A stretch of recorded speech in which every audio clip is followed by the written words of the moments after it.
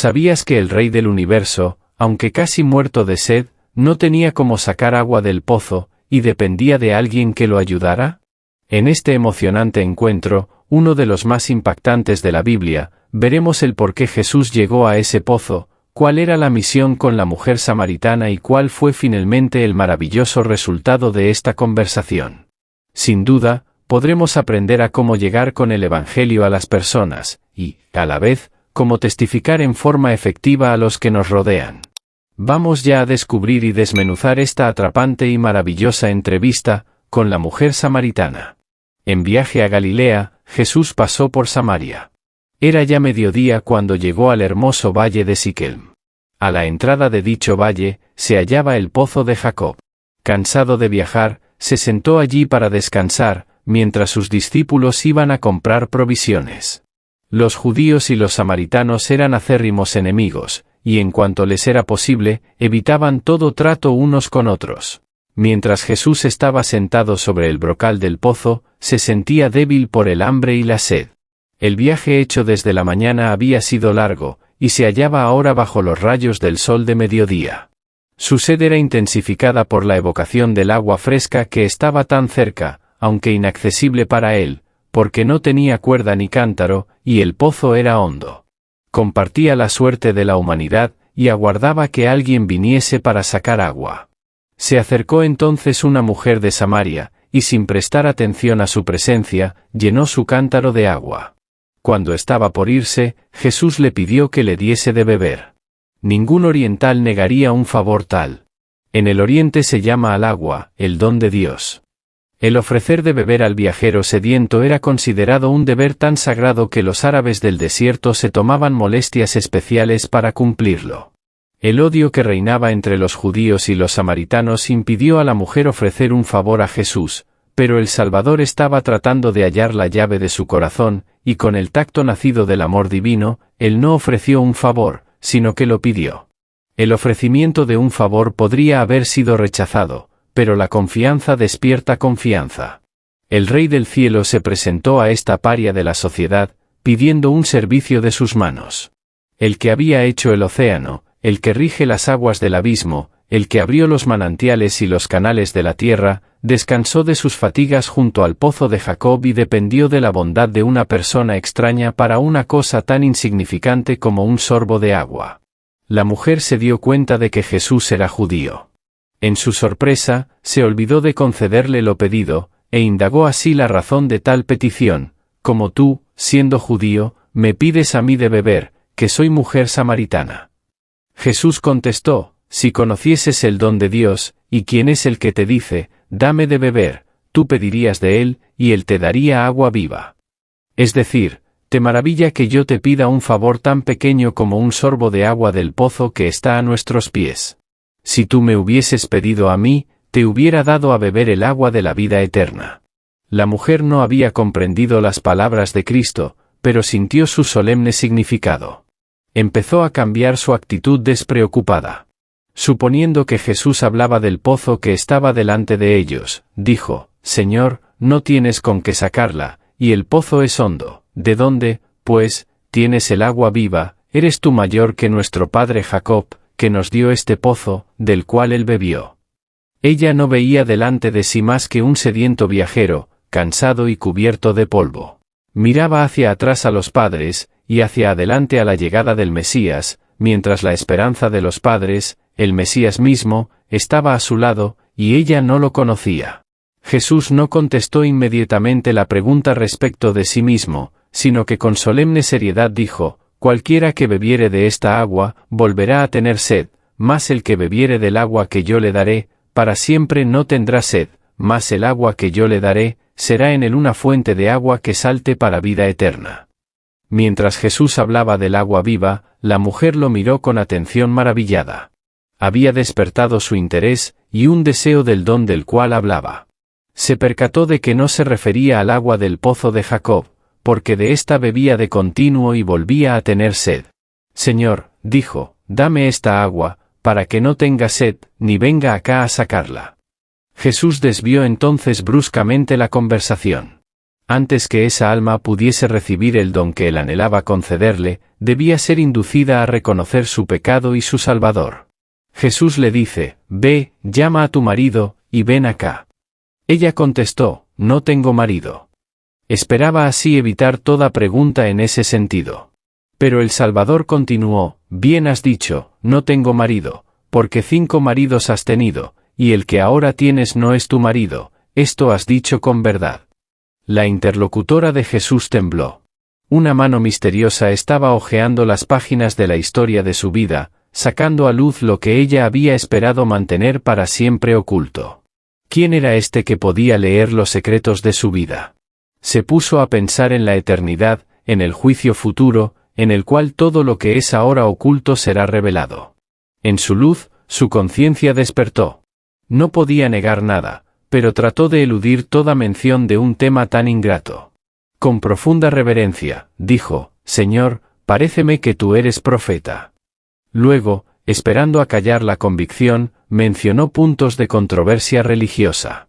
Si él era profeta, seguramente podría instruirla acerca de estos asuntos en disputa desde hacía tanto tiempo.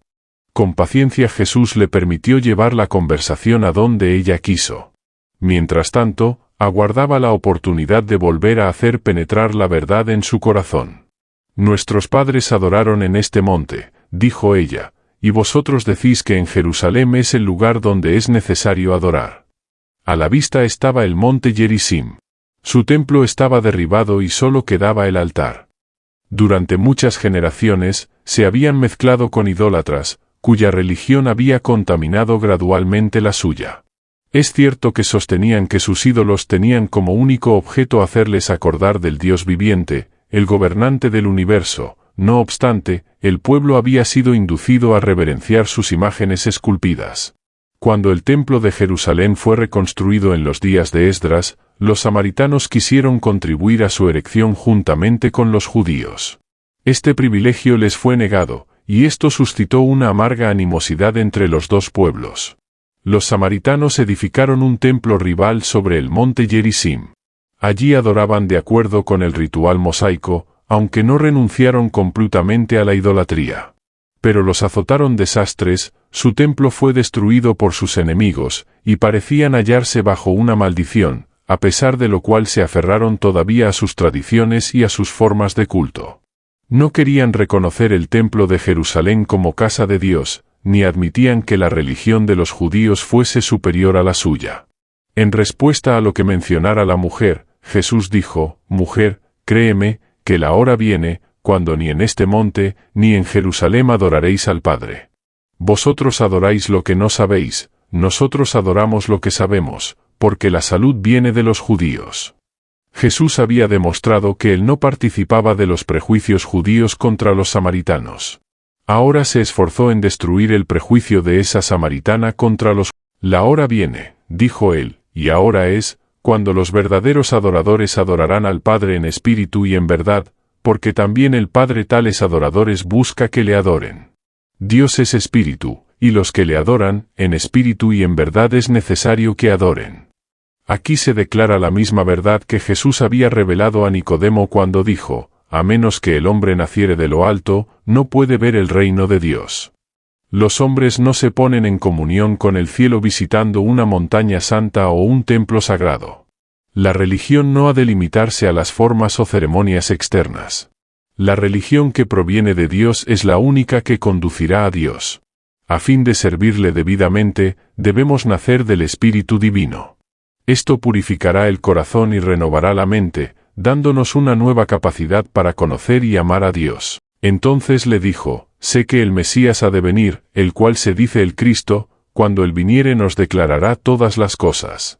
Jesús le respondió, «Yo soy, que hablo contigo». Al oír la mujer estas palabras, la fe nació en su corazón, y aceptó el admirable anuncio de los labios del Maestro Divino. Esta mujer se hallaba en un estado de ánimo que le permitía apreciar las cosas. Estaba dispuesta a recibir la más noble revelación, porque estaba interesada en las Escrituras, y el Espíritu Santo había estado preparando su mente para recibir más luz. Cuando los discípulos volvieron, se sorprendieron al hallar a su maestro hablando con la mujer. El ministrar a un alma que tenía hambre y sed de verdad le era más grato que el comer o beber. Era para él un consuelo, un refrigerio. La benevolencia era la vida de su alma. La mujer se había llenado de gozo al escuchar las palabras de Cristo. La revelación admirable era casi abrumadora. Dejando su cántaro, volvió a la ciudad para llevar el mensaje a otros. Jesús sabía por qué se había ido. El hecho de haber dejado su cántaro hablaba inequívocamente del efecto de sus palabras. Su alma deseaba vehementemente obtener el agua viva, y se olvidó de lo que la había traído al pozo, se olvidó hasta de la sed del Salvador, que se proponía aplacar. Con corazón rebosante de alegría, se apresuró a impartir a otros la preciosa luz que había recibido.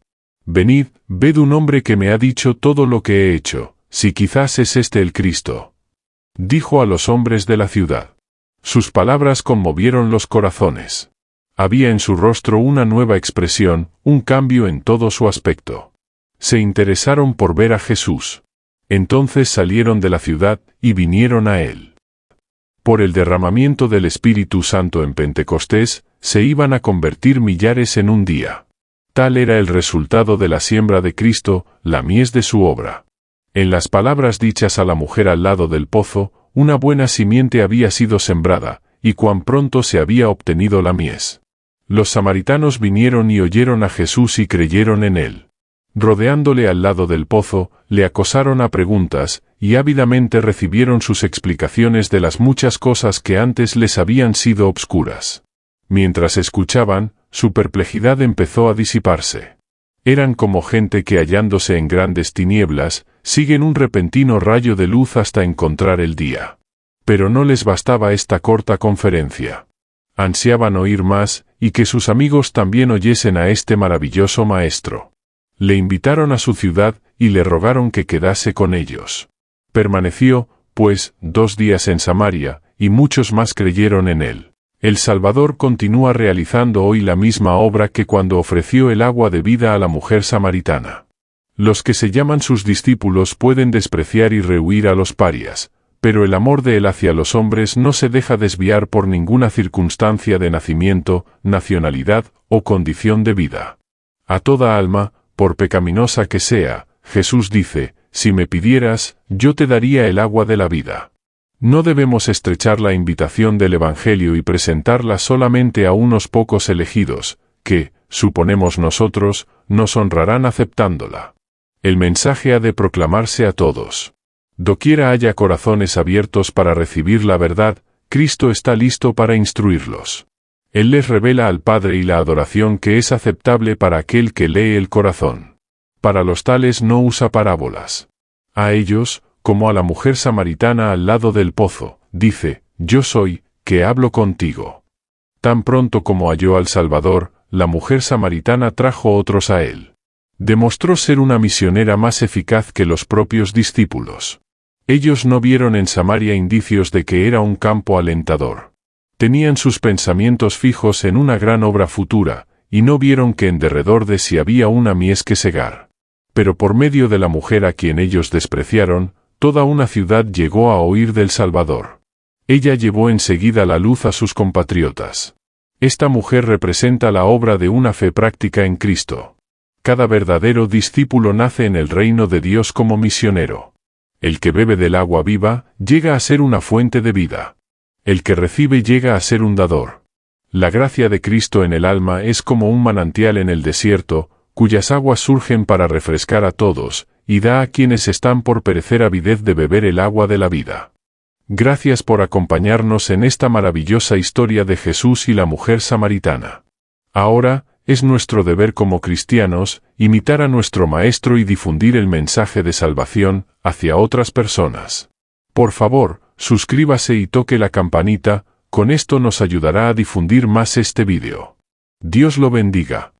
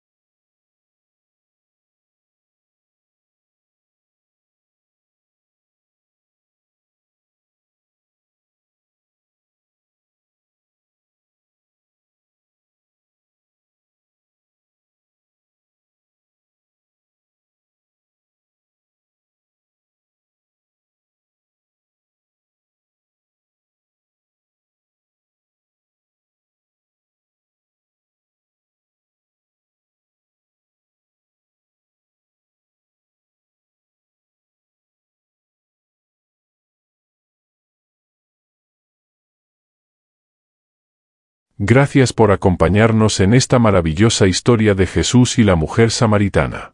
Ahora, es nuestro deber como cristianos, imitar a nuestro Maestro y difundir el mensaje de salvación hacia otras personas.